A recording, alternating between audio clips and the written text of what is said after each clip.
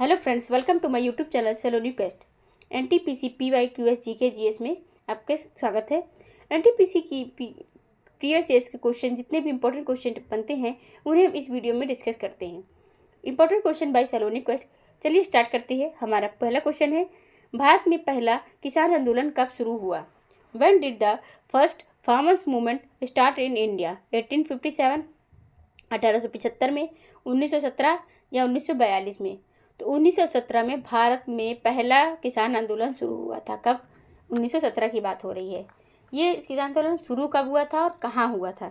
ये हुआ था हमारा स्टार्ट चंपारण में हुआ था। चंपारण सत्याग्रह जो कि किसने किया था, किसके नेतृत्व में हुआ था?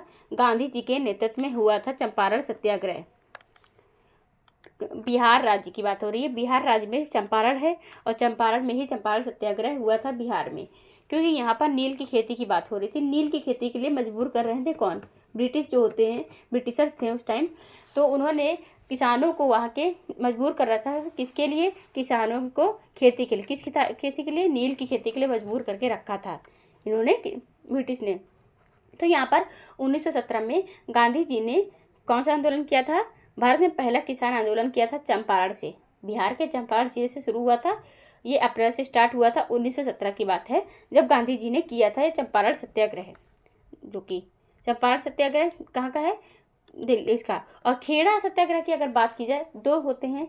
1918 में गुजरात में किया गया है जो कि खेड़ा सत्याग्रह है, और 1917 में किया गया है चंपारण में, जो कि बिहार का सत्याग्रह है। बिहार है।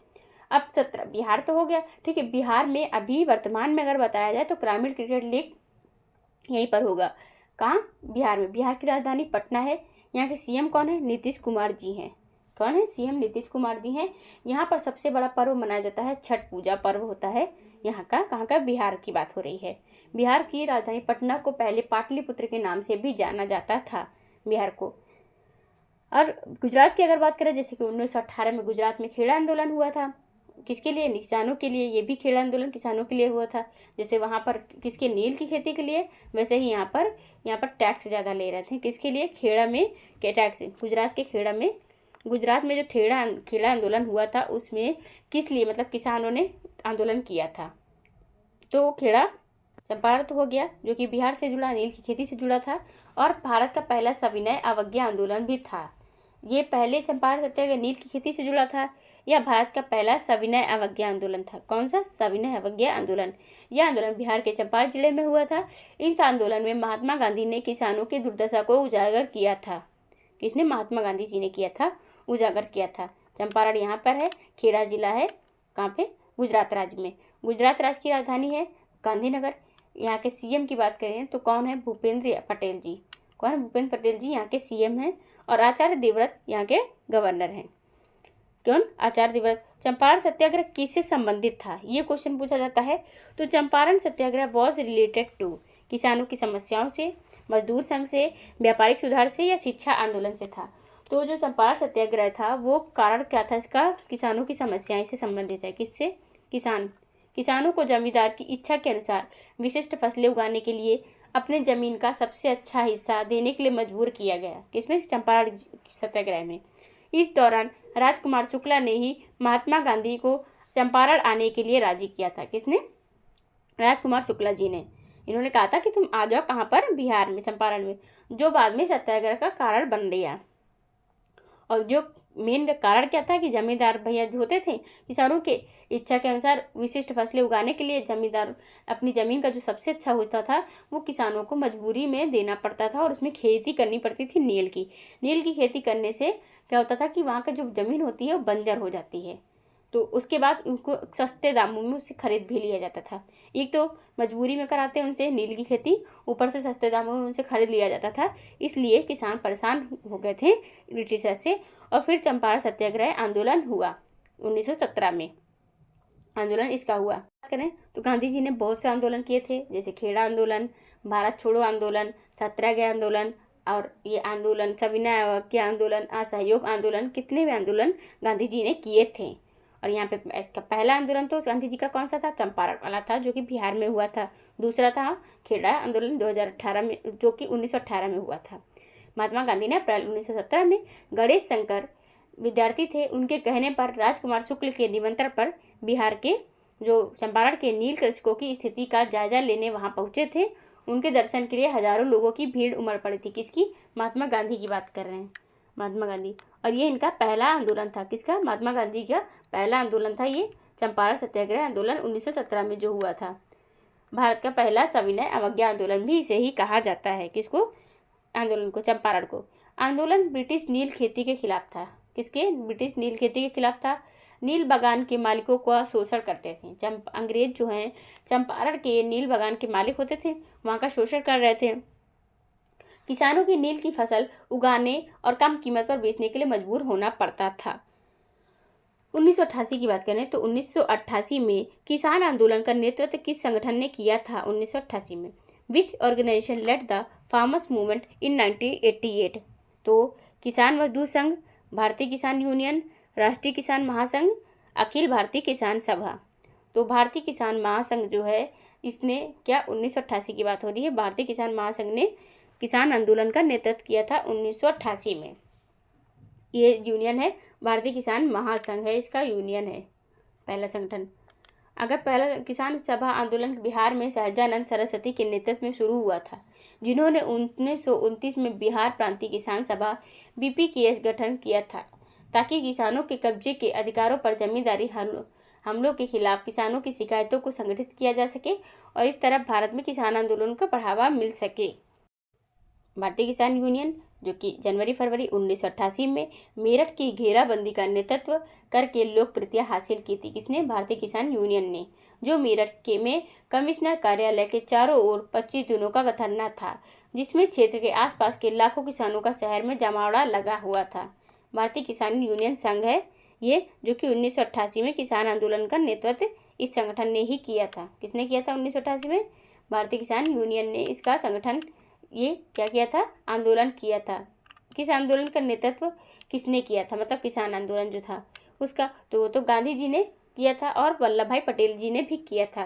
गांधी जी और वल्लभ भाई पटेल के नेतृत्व में खेड़ा किसान आंदोलन का नेतृत्व हुआ था, 1918 में हुआ था। महात्मा गांधी ने गुजरात के खेड़ा जिले के किसानों के लिए एक सत्याग्रह का आयोजन किया था। किसका? सत्याग्रह का आयोजन किया था इन्होंने।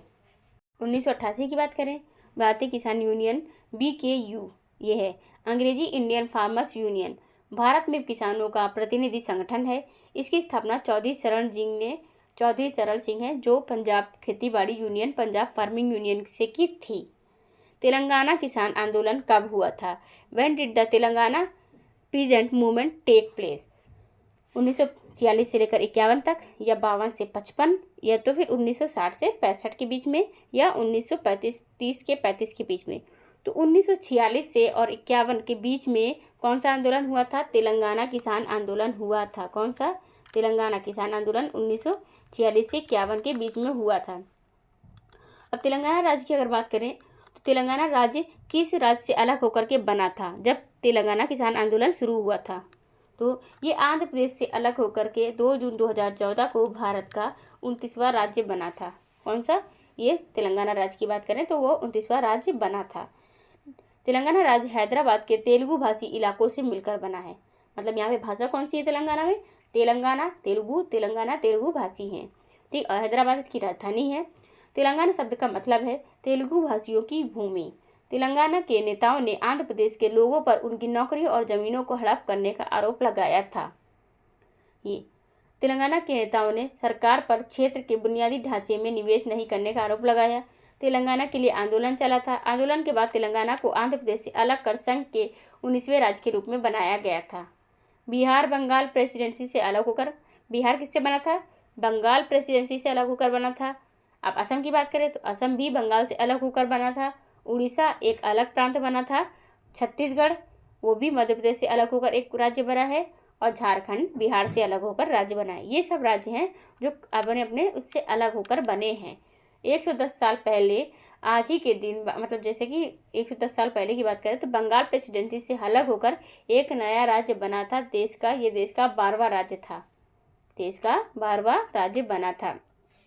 1946 और 51 के बीच में तेलंगाना विद्रोह हुआ था। यह आंदोलन हैदराबाद के निजाम के शासन के खिलाफ हुआ था। हैदराबाद के निजाम के शासन है, उनके शासन के खिलाफ हुआ था। किसानों का सशस्त्र विद्रोह था।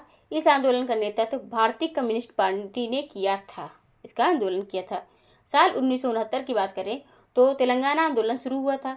इस आंदोलन की शुरुआत छात्रों ने की थी। छात्रों का मानना था कि सरकार ने उनका विश्वासघात किया है। इस आंदोलन के दौरान पुलिस की गोलीबारी में 369 छात्र मारे गए थे। दशकों के आंदोलन और विरोध के बाद साल 2014 में आंध्र प्रदेश का पुनर्गठन करके 2 राज्यों मतलब आंध्र प्रदेश और तेलंगाना का गठन किया गया था। तेलंगाना आंदोलन दक्षिण भारत में राज्य के लिए सबसे लंबे समय तक चलने वाले आंदोलनों में से एक था। इस आंदोलन के जरिए तेलंगाना क्षेत्र के लोगों को एक अलग राज्य की मांग मिली। इस आंदोलन के बाद तेलंगाना में के काश्तकारों ने मराठवाड़ा क्षेत्र के अपने समकक्षों की तुलना में अपने अधिकारों को ज़्यादा दबा किया। तेलंगाना आंदोलन कब हुआ? 1948 के 51 के बीच में हुआ था। हैदराबाद के निजाम के निरंकुश शासन द्वारा संरक्षित दमनकारी जमींदारी के खिलाफ भारतीय कम्युनिस्ट पार्टी ने इसके नेतृत्व में किसानों का सशस्त्र विद्रोह किया। नेक्स्ट क्वेश्चन की बात करते हैं। किसान आंदोलन 2020-21 का मुख्य कारण क्या था? What was the main reason behind the farmers protest 2020-21? कृषि कानून, फार्म्स लॉ, एमएसपी की समाप्ति, एंड ऑफ एमएसपी, फसल बीमा योजना, क्रॉप इंश्योरेंस स्कीम, भूमि अधिग्रहण नीति मतलब लैंड एक्विजिशन पॉलिसी। तो कृषि कानून जो है वो किसान आंदोलन 2021 का मुख्य कारण कृषि कानून था। अगर इस आंदोलन की बात करें तो इसके कारण क्या क्या थे? तो किसानों को न्यूनतम समर्थन देना मतलब एमएसपी की बात करें हैं, और इसकी गारंटी देने के लिए कानून बनाने की मांग के मतलब करें कि भाई गारंटी दो, इसकी न्यूनतम समर्थन मूल्य की गारंटी दो।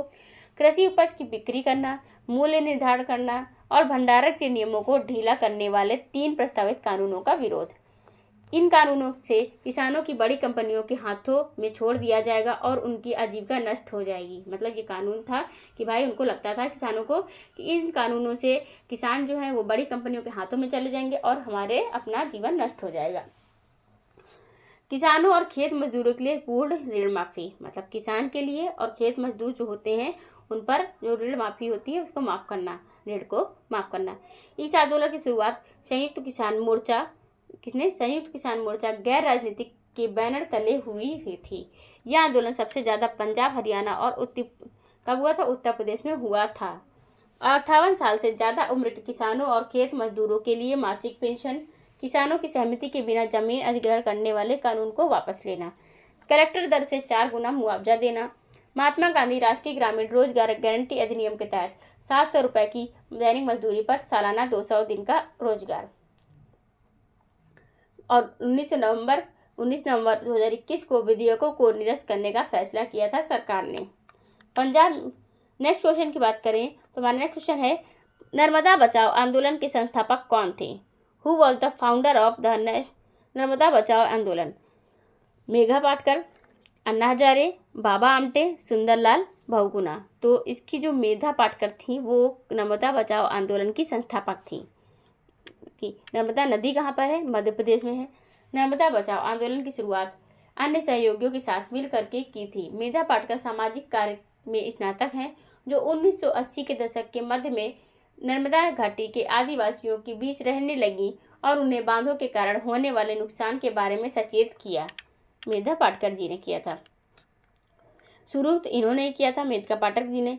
और ये नदी है, इस पर नर्मदा नदी पर बने बांध का नाम क्या है अगर पूछा जाए तो बांध का नाम सरदार सरोवर बांध है नर्मदा नदी पर, इंदिरा सागर बांध है, ओमकारेश्वर बांध है, महेश्वर बांध है, रानी अवंती बाई लोधी सागर बांध है, बरगी डायवर्जन बांध है, कैनाल पावर हाउस है। ये सरदार सरोवर बांध नर्मदा नदी पर बना सबसे बड़ा बांध है, सरदार सरोवर बांध। यह गुजरात के केवड़िया में है। इस बांध की आधारशिला पंडित जवाहरलाल नेहरू ने रखी थी। साल 2017 में प्रधानमंत्री नरेंद्र मोदी ने इसका उद्घाटन किया था। इंदिरा सागर बांध कहाँ पर है? मध्य प्रदेश में है। कहाँ पर है इंदिरा सागर बांध? ये मध्य प्रदेश में है। ओमकारेश्वर बांध ये भी मध्य प्रदेश में है। और नर्मदा नदी पर बना एक बड़ा बांध जो है वो महेश्वर बांध है। ये रानी अवंतीबाई लोधी सागर बांध नर्मदा घाटी पर बना एक बांध है। नर्मदा घाटी पर बना एक बांध बरगी डायवर्जन भी है। बरगी डायवर्जन ये भी नर्मदा नदी पर बना है। नर्मदा नदी पर बने बांधों का मकसद है गुजरात के सूखे इलाकों में पानी पहुंचाना और मध्य प्रदेश में बिजली बनाना इनका जो मेन मकसद था, बांध बनाना। नर्मदा नदी पर जो बांध बने उनका।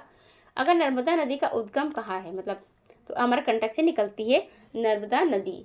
नेक्स्ट क्वेश्चन है हमारा, बारदोली सत्याग्रह का नेतृत्व किसने किया था? तो who lead the Bardoli Satyagraha? Bardoli Satyagraha Mahatma Gandhi ji ने, सरदार वल्लभ भाई पटेल जी, राजेंद्र प्रसाद या भगत सिंह ने? तो बारडोली सत्याग्रह का नेतृत्व सरदार वल्लभ भाई पटेल ने किया था। यह आंदोलन साल 1928 में गुजरात में हुआ था। कब हुआ था? गुजरात में 1928 में हुआ था। यह एक किसान आंदोलन था। यह सविनय अवज्ञा आंदोलन की हिस्सा था। मतलब पहले कहाँ हुआ?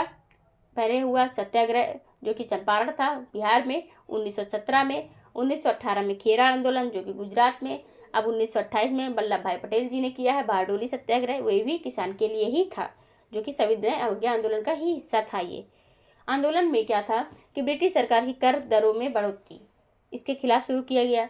सफलता के बाद सरदार वल्लभ भाई पटेल को सरदार की उपाधि मिली थी। इसी में जो ये कौन सा बारडोली सत्याग्रह इन्होंने किया था सरदार वल्लभ भाई पटेल ने, और इसमें सफलता जब मिल गई तो इनको वल्लभ भाई पटेल जी को सरदार आगे लगा दिया गया था। इनके नाम के आगे इनकी उपाधि मिली थी। भारतीय राष्ट्रीय कांग्रेस में पटेल के नेतृत्व को मजबूत किया है। सफलता के बाद पटेल स्वतंत्रता आंदोलन के प्रमुख नेताओं में से एक बन गए। किसानों ने अपने अधिकारों के लिए बारदोली किसान सभा का गठन किया था। क्वेश्चन ये भी पूछा जा सकता है कि सरदार वल्लभ भाई पटेल जी को सरदार की उपाधि कब मिली थी और किस आंदोलन में मिली थी? तो ये बारडोली सत्याग्रह है, इसमें मिली थी सरदार वल्लभ भाई पटेल को सरदार की उपाधि। सरदार वल्लभ भाई पटेल को आयरन मैन के नाम से भी जाना जाता है।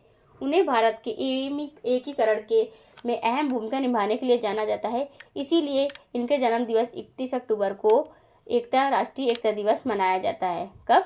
इनके जन्म पर, सरदार वल्लभ भाई पटेल जी के।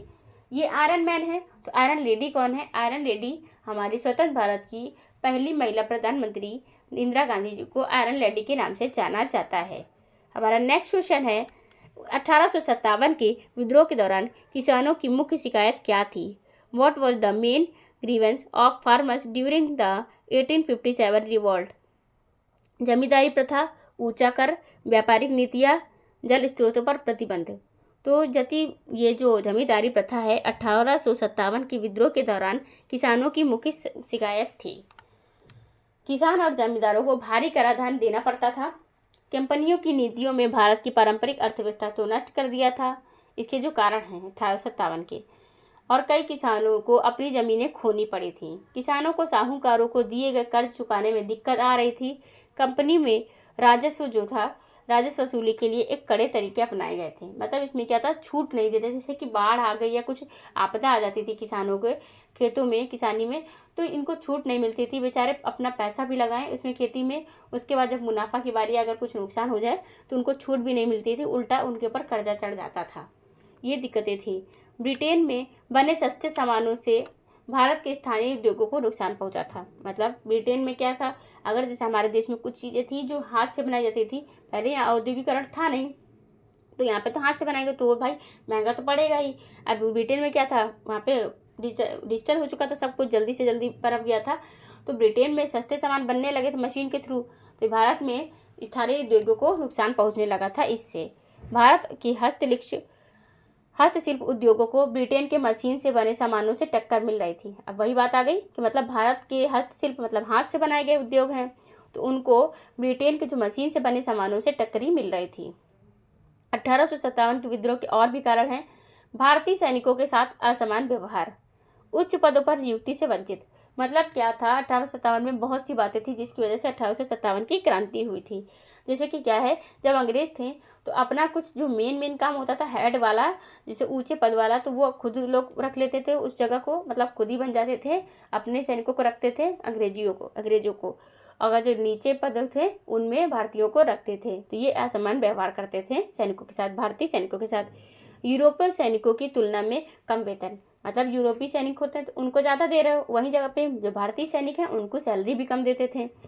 डाकघर अधिनियम पारित होने के बाद निःशुल्क डाक सेवा की समाप्ति कर दी। मतलब डाकघर अधिनियम अगर पारित हो गया है तो निःशुल्क सेवा होनी चाहिए, डाक सेवा, तो वो भी समाप्त कर दिया। 1857 के दौरान किसानों को भूमि कर के रूप में भारी कर देना पड़ता था। जिसकी वजह से वो कर्ज में डूबे रहते थे, वो कर्ज से उभर नहीं पाते थे। जमींदार, जागीरदार और अन्य लोगों की भूमि कर जमा करने वाले किसानों से भूमि कर और अन्य भुगतान लेने का अधिकार था। कई साहूकारों को अपने ऋण का भुगतान करने में विफल रहे और धीरे धीरे उन्होंने अपनी उन भूमि को खो दिया जो उन्होंने पीढ़ियों से जोते थे। मतलब जो अपनी खानदानी ज़मीनें होती थी, जैसे कि जो उनके दादा परदादा सब थे, उन्होंने जोता था, उन ज़मीनों को खोना पड़ता था क्योंकि कर्ज के कारण। नेक्स्ट क्वेश्चन है हमारा, भारतीय किसान संघ की स्थापना किस वर्ष हुई थी? In which year was the भारतीय किसान संघ एस्टेब्लिश्ड? तो 1936 में, 1979 मतलब 1917 में, 79 में, 1951 या 1984 में। तो भारतीय किसान संघ की स्थापना 4 मार्च 1979 में हुई थी। भारतीय किसान संघ की स्थापना हुई थी। ये संघ भारतीय किसानों का संघ है जिसका लक्ष्य भारतीय किसानों का समग्र विकास है। इसके संस्थापक कौन थे? दत्तोपंत ठेंगड़ी थे। इसकी स्थापना 4 मार्च को हुई थी, जो कि राजस्थान के कोटा शहर से हुई थी। कहाँ से? राजस्थान। राजस्थान की राजधानी क्या है अभी इस टाइम? जयपुर, जिसको पिंक सिटी के नाम से भी जाना जाता है। राजस्थान में सांभर उत्सव मनाया जाता है। यहीं पर सांभर झील है जो खारे पानी की झील है। पुष्कर, राजसमंद, पिछोला, फतेह सागर यहाँ की झीलें हैं। किसकी? राजस्थान की। राजस्थान में पहले 50 जिले थे, अब 9 कम कर दिए गए हैं, तो कितने 41 जिले हो गए हैं। भजन लाल शर्मा जी यहाँ की बीजेपी पार्टी से सीएम हैं। राजस्थान की बात हो रही है। देव राष्ट्रीय उद्यान है यहाँ पर, और रणथंभौर है नेशनल पार्क है। यहाँ पर पनिहारी, गोगा, झूमर यहाँ के लोक नृत्य हैं। राजस्थान की बात हो रही है। पुष्कर मंदिर, जो पुष्कर जो यहाँ पर जिला भी है, पुष्कर एक मतलब जहाँ पर एकमात्र भारत में ब्रह्मा जी का मंदिर है। ये पुष्कर झील भी है। नेक्स्ट क्वेश्चन की हम बात करते हैं। तो किसी सरकारी कर्मचारी को कोई कार्यवाही को रोकने के लिए जिसे उसे करने का अधिकार नहीं है, निम्नलिखित में से कौन सा रिट जारी किया जाता है? Which writ is issued to prevent a government employee from performing an action they are not authorized to do? जो कि उत्प्रेषण है, बंदी प्रत्यक्षीकरण, परमादेश, अधिकार पक्षा, ये सब जो है रिट हैं। हमारे भारत में 6 प्रकार की रिट जारी की जाती हैं, जो कि सर्वोच्च न्यायालय और उच्च न्यायालय दोनों ही जारी कर सकते हैं। किसी जो सरकारी की बात करें तो अधिकार परीक्षा जो है रिट है, ये सरकारी कर्मचारी को कोई कार्यवाही को रोकने के लिए जिसे उसे करने का अधिकार नहीं है। क्या है? तो निम्नलिखित में से कौन सा रिट जारी किया जाता है? अधिकार परीक्षा रिट है जो जारी किया जाता है जब सरकारी कर्मचारी जो होते हैं वो कोई कार्यवाही को रोकने के लिए उसे जो करने का अधिकार नहीं है, वो कुछ गलत कर रहे हो तो उसको रोकने के लिए ये रिट जारी होती है। अधिकार परीक्षा रिट जारी की जाती है। 6 प्रकार की रिट होती हैं। नेक्स्ट क्वेश्चन है हमारा यहाँ पर, निम्नलिखित में से कौन सा अध्यादेश किसी निजी व्यक्ति के विरुद्ध जारी किए जा सकते हैं? Which of the following writs can be issued against a private individual? उत्प्रेषण, निषेध, बंदी प्रत्यक्षीकरण। तो केवल 3, फर्स्ट और सेकंड मतलब फर्स्ट और तीसरा, पहला और तीसरा दोनों ही, या दूसरा और तीसरा दोनों, कोई विकल्प नहीं, मतलब नन ऑफ दिस, इनमें से कोई नहीं। तो क्वेश्चन का आंसर होगा हमारे कि केवल 3, मतलब जो है 3 नंबर कौन है? बंदी प्रत्यक्षीकरण। बंदी प्रत्यक्षीकरण अध्यादेश किसी निजी व्यक्ति के लिए विरुद्ध जारी किए जा सकते हैं। कौन सा? बंदी प्रत्यक्षीकरण की बात हो रही है, जो किसी निजी व्यक्ति के लिए जारी किए जा सकते हैं। ये बंदी प्रत्यक्षीकरण, उत्प्रेषण, निषेध, अधिकार परीक्षा, ये सब रिट हैं। 6 प्रकार की रिट होती हैं। मौलिक अधिकार की अगर बात करें तो मौलिक अधिकार भारत में 6 हैं, मतलब यहाँ पर जो कि कहाँ से लिए गए हैं? संविधान से। किसके संविधान से लिए गए हैं? अमेरिका के संविधान से लिए गए हैं। मौलिक कर्तव्य 11 हैं। ये कहाँ से लिए गए हैं? रूस के संविधान से लिए गए हैं। रूस की राजधानी मॉस्को है, अमेरिका की राजधानी वाशिंगटन डीसी है, अमेरिका की राजधानी है। ये मौलिक अधिकार। भारत के संविधान के अगर जनक की बात की जाए तो वो कौन है? भीमराव अंबेडकर जी भारतीय संविधान के जनक कहे जाते हैं। प्रारूप समिति के अध्यक्ष भी भीमराव अंबेडकर जी हैं, और हमारे स्वतंत्र भारत के कानून मंत्री ये भी भीमराव अंबेडकर जी हैं। स्वतंत्र भारत के भीमराव अंबेडकर मंत्री हैं। अगर संविधान सभा की स्थायी अध्यक्ष की बात की जाए तो वो कौन है? राजेंद्र प्रसाद जी हैं। इन्हें भारत रत्न, देश रत्न और अजातशत्रु के नाम से भी जाना जाता है। स्वतंत्र भारत के प्रथम राष्ट्रपति कौन थे? राजेंद्र प्रसाद जी थे। और अध्यादेश जैसा कि निजी व्यक्ति के लिए जारी की बात हो रही है तो वो है तीसरा हमारा बंदी प्रत्यक्षीकरण है, जो किसी निजी व्यक्ति के लिए विरुद्ध जारी किया जा सकता है। ये अध्यक्ष कौन सा? कौन है? विधेयक कानून है। ये जो हमारा तीसरा बंदी प्रत्यक्षीकरण की बात हो रही है। भारत में नेक्स्ट क्वेश्चन है हमारा, भारत में प्रतिभूति अपीली न्यायाधिकरण सेट की स्थापना किस वर्ष में हुई थी? In which year was the securities appellate tribunal set established in India? 1994 में, 1997, 1992 या 1990 में? तो प्रतिभूति अपीलीय न्यायाधिकरण सेट सेट की स्थापना भारतीय प्रतिभूति और विनिमय बोर्ड सेबी अधिनियम 1992 के तहत की गई थी। किसके? 1992 के तहत की गई थी। इसकी स्थापना निवेशकों, कंपनियों और अन्य हितधारकों के एक मंच देने के लिए की गई थी।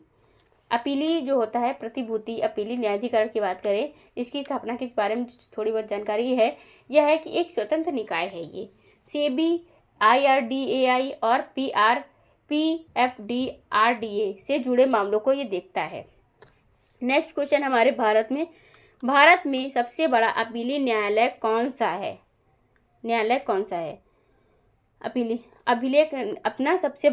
भारत में सबसे बड़ा अपीली न्यायालय कौन है? उच्चतम न्यायालय है। सबसे बड़ा उच्चतम न्यायालय, अपीली न्यायालय वो उच्चतम न्यायालय है। क्योंकि भाई सबसे पहले डिस्ट्रिक्ट कोर्ट मतलब जो जिला कोर्ट होता है, जिला न्यायालय, फिर होता है उच्च न्यायालय, फिर होता है सुप्रीम कोर्ट, उच्चतम न्यायालय। तो पहला डिस्ट्रिक्ट कोर्ट, फिर हाई कोर्ट, अब आ गया है सुप्रीम कोर्ट। तो हमारा सबसे बड़ा जो होगा भारत का सर्वोच्च न्यायालय, देश का सबसे बड़ा अपीली न्यायालय है। यह देश का शीर्ष न्यायालय भी है। सर्वोच्च न्यायालय को अंतिम उपाय और अपील की अंतिम अदालत भी कहा जाता है। नेक्स्ट क्वेश्चन है, अंतिम अपीली न्यायालय कौन सा है?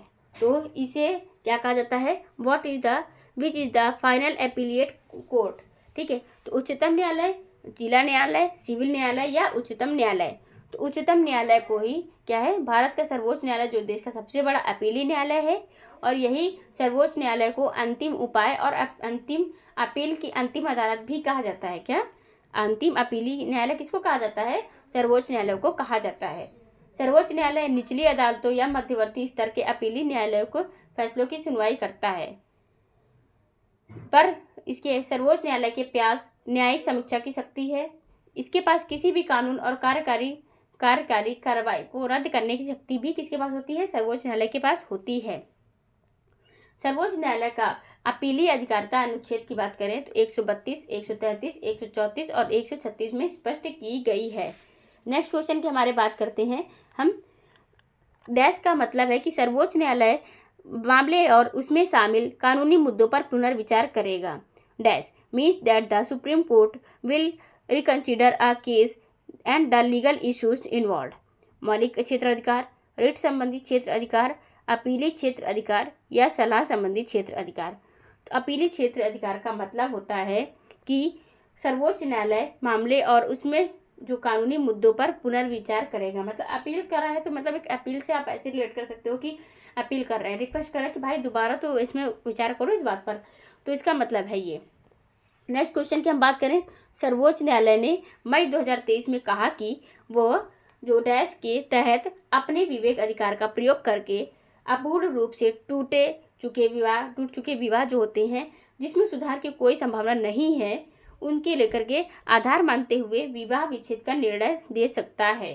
तो भारतीय संविधान अनुच्छेद 142 की बात हो रही है, 142, जिसमें सर्वोच्च न्यायालय ने मई 2023 में कहा कि इसके तहत अपने विवेक अधिकार का प्रयोग करके, खुद सा मतलब दिमाग से अपने दिमाग से काम लेकर के विवेक अधिकार का प्रयोग करके जो टूटा हुआ रिश्ता होता है, शादी विवाह को लेकर के बात हो रही है, तो उनमें अगर कोई संभावना नहीं बची है रिश्ता बचने की, टूटने की पूरी संभावना हो चुकी है, तो आधार मानते हुए विवाह का विच्छेद कर देना है। क्या? विवाह विच्छेद का निर्णय दे सकता है। विवाह विच्छेद का निर्णय दे सकता है, ये अनुच्छेद 142 की बात हो रही है।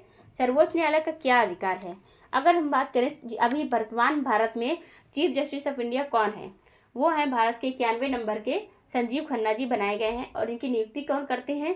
भारत के राष्ट्रपति करते हैं, जो कि हमारी राष्ट्रपति द्रौपदी मुर्मू जी ने किया है इन्होंने।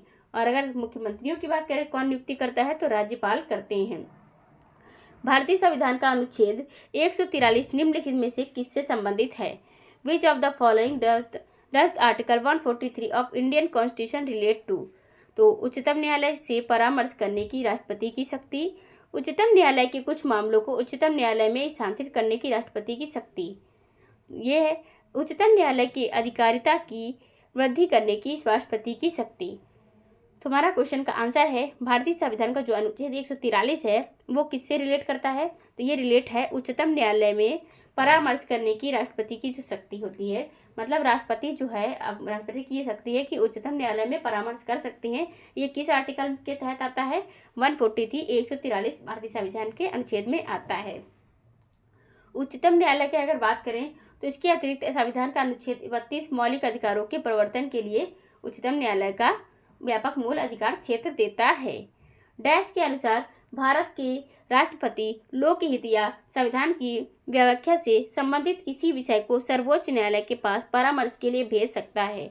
According to dash the president of India can refer matters of public importance of constitutional interpretation to the supreme court. मौलिक अधिकार क्षेत्र अधिकार, रिट संबंधी क्षेत्र अधिकार, अपीलीय क्षेत्र अधिकार या तो सलाह संबंधी क्षेत्र अधिकार की बात करें तो अपीलीय क्षेत्र अधिकार के अनुसार भारत का जो राष्ट्रपति है वो लोकहित या संविधान की व्याख्या के संबंधित किसी विषय को सर्वोच्च न्यायालय के पास परामर्श के लिए भेज सकता है। कौन?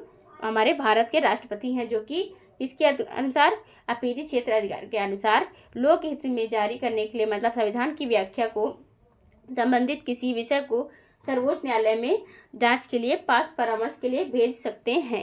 इन्हें भेजा जा सकता। मौलिक अधिकार हमारे भारत में 6 हैं, जो कि कहाँ से लिए गए हैं? अमेरिका से लिए गए हैं मौलिक अधिकार। अगर हम बंदी प्रत्यक्षीकरण डेट हमारे भारत में 6 जारी की जा सकती हैं, जो सर्वोच्च न्यायालय और उच्च न्यायालय दोनों के थ्रू की जाती हैं। नेक्स्ट क्वेश्चन हमारा, निम्नलिखित में से वो व्यक्ति कौन है जो अनुच्छेद 143 के अधीन किसी मामले को सलाहकारी राय के लिए भारत के उच्चतम न्यायालय को भेज सकते हैं? Who among the following can refer a matter to the Supreme Court of Advisory opinion under Article 143? तो भारत के राष्ट्रपति, राज्यपाल, उपराज्यपाल या राष्ट्रपति तथा राज्यपाल। तो भारत के जो राष्ट्रपति होते हैं हमारे, जो कि राष्ट्रपति द्रौपदी मुर्मू जी हैं, वो व्यक्ति हैं जो कि अनुच्छेद 143 के तहत अधीन किसी मामले को सलाहकारी राय के लिए भारत के उच्च न्यायालय में भेज सकते हैं। किसमें? सलाहकारी न्याय के लिए भारत के उच्च न्यायालय में ये भेज सकती है हमारे भारत की राष्ट्रपति। भारत की जो राष्ट्रपति होती है वही जो हमारे न्यायालय मुख्य न्यायाधीश होते हैं उनकी नियुक्ति करती हैं। संविधान की प्रस्तावना में भारत को क्या कहा गया है? What is India referred as in the preamble of the constitution?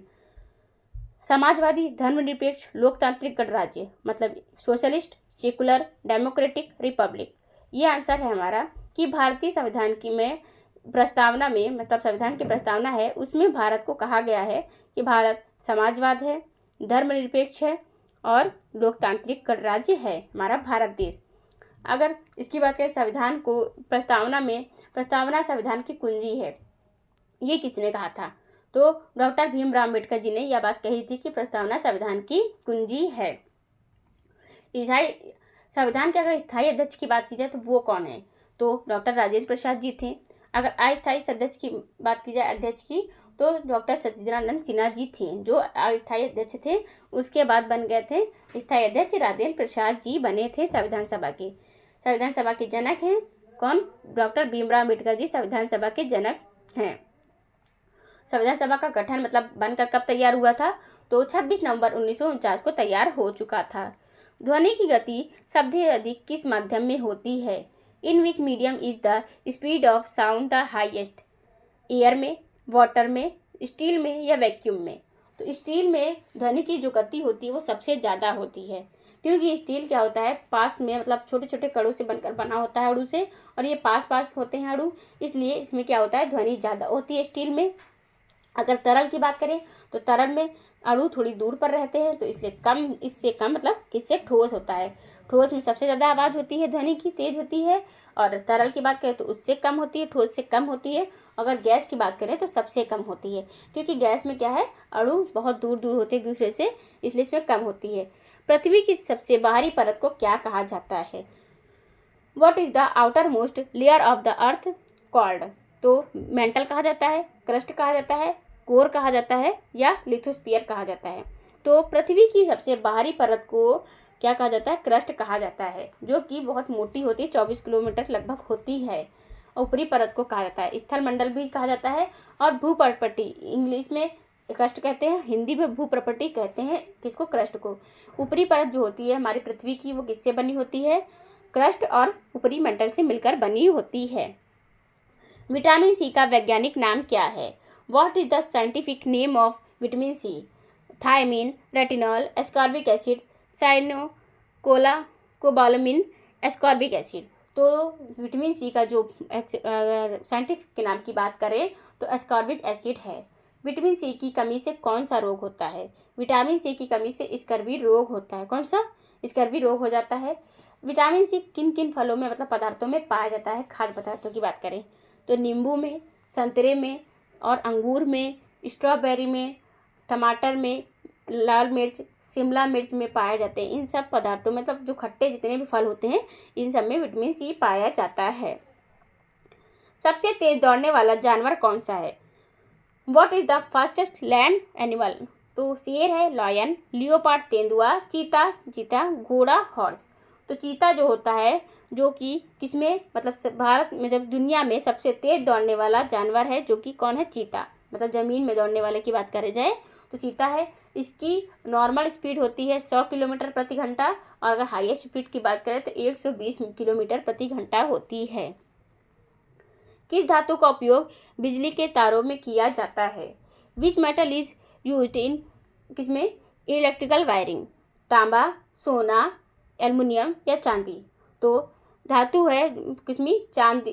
तांबा धातु जो होती है उसका उपयोग बिजली के तारों में किया जाता है, क्योंकि ये करंट फ्लो को अच्छे से फैलाता है। कौन? तांबा की बात हो रही है। तांबा है जो कि किसमें यूज़ किया जाता है? धातु को उपयोग किया जाता है, बिजली के तारों में यूज़ किया जाता है। तांबा एक अच्छा चालक है। किसके लिए? बिजली के लिए, विद्युत के लिए एक अच्छा चालक है। नेक्स्ट क्वेश्चन की बात करें, न्यूटन का तीसरा नियम क्या कहता है? What does Newton third law state? तो गति में वस्तु गति में रहेगी, मतलब an object in motion stage in motion. बल बराबर द्रव्यमान गुणे त्वरण, मतलब फोर्स बराबर मास इनटू एक्सीलरेशन। प्रत्येक क्रिया के बराबर विपरीत प्रतिक्रिया होती है। Every action has an equal and opposite reaction. ऊर्जा का संरक्षण मीन्स कंजर्वेशन ऑफ एनर्जी। तो हमारा आंसर है न्यूटन का तीसरा नियम है, जिसमें कि प्रत्येक जो क्रिया होती है वो किसके विपरीत होती है? क्रिया बराबर, प्रत्येक क्रिया के बराबर होती है, उसकी विपरीत प्रक्रिया होती है। लाल रक्त कोशिकाओं का मुख्य कार्य क्या है? What is the primary function of red blood cells? Oxygen परिवहन, रोग प्रतिरोधक क्षमता बढ़ाना, मतलब रक्त का थक्का बनाना, या तो हार्मोन स्रावित करना। तो ऑक्सीजन ट्रांसपोर्ट करना, बूस्ट इम्यूनिटी करना, ब्लड क्लॉटिंग करना, सीक्रेट हार्मोन्स करना। तो जो ऑक्सीजन ट्रांसपोर्ट है मतलब किसका? ऑक्सीजन का परिवहन करता है कौन? लाल रक्त जो कोशिकाएं होती हैं वो क्या करती हैं? ऑक्सीजन का परिवहन करती हैं। आरबीसी जो होती हैं ये हमारे ऑक्सीजन को मतलब हमारी बॉडी में हर जगह फैलाती हैं, और जो क्या होता है कार्बन डाइऑक्साइड को डायरेक्ट फेफड़ों में वापस ले जाती हैं। विश्व का सबसे बड़ा मरुस्थल कौन सा है? What is the largest desert in the world? Gobi, Sahara, Antarctic या कालाहारी। तो अंटार्कटिक जो है विश्व का सबसे बड़ा मरुस्थल है, और सबसे गर्म मरुस्थल की अगर बात की जाए तो कौन सा है? सहारा मरुस्थल है, जो कि कहाँ पर स्थित है? अफ्रीका में स्थित है। भारत से 2 गुना है। भारत जो हमारा होता है उससे 2 गुना है ये सहारा मरुस्थल। ये दुनिया का सबसे बड़ा गर्म मरुस्थल है, सहारा दुनिया में है। अब ये तो सहारा है। एशिया में सबसे बड़ा कौन सा मरुस्थल है? तो वो गोबी मरुस्थल है एशिया में। और अगर भारत की बात की जाए तो भारत में सबसे बड़ा मरुस्थल है थार मरुस्थल, जो कि भारत और पाकिस्तान को बॉर्डर शेयर मतलब होता है इन दोनों से। लोहा जंग क्यों खाता है? वाई डस आयरन जस्ट रस्ट? तो पानी के संपर्क में आने से, एक्सपोजर टू वाटर, ऑक्सीजन के संपर्क में आने से means oxygen, exposure to oxygen, हवा और पानी दोनों के संपर्क में आने से, exposure to both air and water. पृथ्वी पर गुरुत्वाकर्षण का खोजकर्ता कौन था? Who discovered gravity physics? Galileo ने किया था, न्यूटन ने, आइंस्टीन या कोपरनिकस ने? तो न्यूटन ने पृथ्वी के गुरुत्वाकर्षण की खोज की थी। किसने की थी? न्यूटन ने। न्यूटन के 3 नियम भी हैं, जो कि एक सेब वाली कहानी भी न्यूटन की है। हे गाइस, आपको वीडियो कैसी लगी? अगर वीडियो अच्छी लगी हो तो कमेंट बॉक्स में कमेंट करके जरूर बताइएगा। एंड अगर आपको क्वेश्चन से रिलेटेड कोई भी डाउट होता है तो आप हमारे कमेंट बॉक्स में कमेंट करके क्लियर कर सकते हैं सेक्शन में। एंड अगर आपने हमारे चैनल को अभी तक सब्सक्राइब नहीं किया है तो चैनल सब्सक्राइब कर ले एंड बेल आइकन को ऑन कर लें, जिससे कि आपको आगे की वीडियो की नोटिफिकेशन मिलती रहे। Thank you for the watching.